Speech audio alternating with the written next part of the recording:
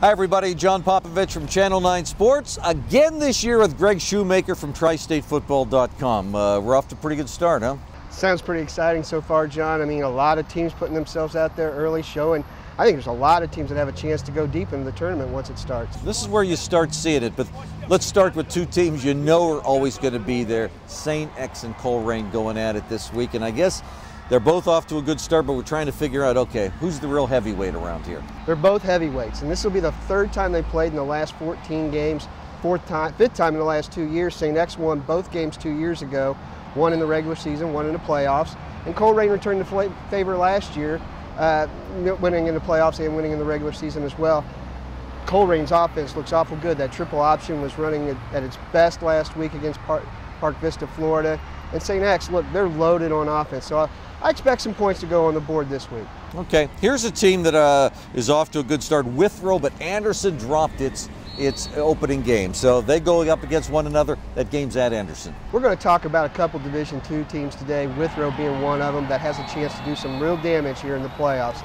Was out to see them early in this practice season. They're loaded with senior talent, and they're also loaded with athletes. And outside of Winton Woods in Division II, I would probably say that's the most athletic team I've seen so far, is the Withrow Tigers in Division II. You know, you bring up a good point because the divisions have been reshuffled, and there's some traditionally good teams from Division I that are now Division II, aren't there? And vice versa, going down to Division III, the whole, the faltering out and filtering out of those teams, yeah. I mean, Division II is as deep as it gets. Loveland's one of those teams that moves down, and they play this week and against Lebanon, who stayed in Division I, and they're one of the smallest Division I teams. But Loveland's won 7 of their last 8 games, giving up less than 10 points in 7 of those 8 wins. So I like Loveland a lot this week. A very experienced team. Fred Cranford's got an offense in there that they're running, and the kids are healthy. He's got a very good senior-laden team, and it's going to help them deeper into the season. Okay, Fenwick and Mount Healthy, both 1-0 teams, so they're off to good starts. A real shock last week.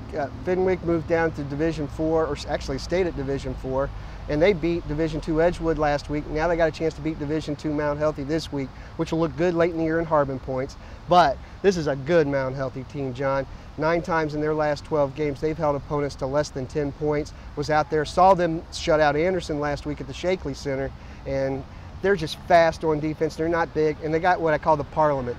When you have a group of something, and a group of owls is called a parliament. Their backfield has got Tyree Elliott, the Division II Offensive Player of the Year for the Southwest District last year. Right. Sophomore David Montgomery at quarterback, and Javier Pitts at running back. That tandem combined for all their offensive yards in week 1, and I would expect the Parliament to continue to do so. State champion Clinton Massey 1-0, but they go to Waynesville 1-0 as well. This is always a game that Waynesville circles on their schedule. It's you know, it's a barometer of how good they're going to be throughout the year. Last week, Clinton Massey didn't have their star running back Bailey Wolf, and still put up 63 points on the board. So they're rolling. In fact, you know, you got to look at those seniors for Clinton Massey.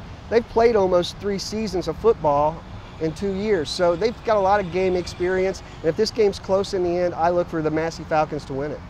Connor needed only about half to score, what, 42 points last week. They're awfully strong. Simon Kent comes in there. Both are 2-0. You said it best. The legend of Drew Barker grows last week on your show, and I think you're absolutely right. What he did in the first half is just playground-esque. I mean, you know, the 4 touchdown passes of over 30 yards, then the 2 runs of 80 and 75 yards on his first 2 touches of the game versus Boone County. I wasn't expecting that from Connor. I expect a big shootout again this week. Brennan Kuntz is an awful good quarterback at Simon Kenton. Look for the ball to be aired out quite a bit, and I wouldn't be surprised to see the score in the upper 30s in this game. Greg Shoemaker, TriStateFootball.com. Go there, and also go to WCPO.com. We'll be there every week.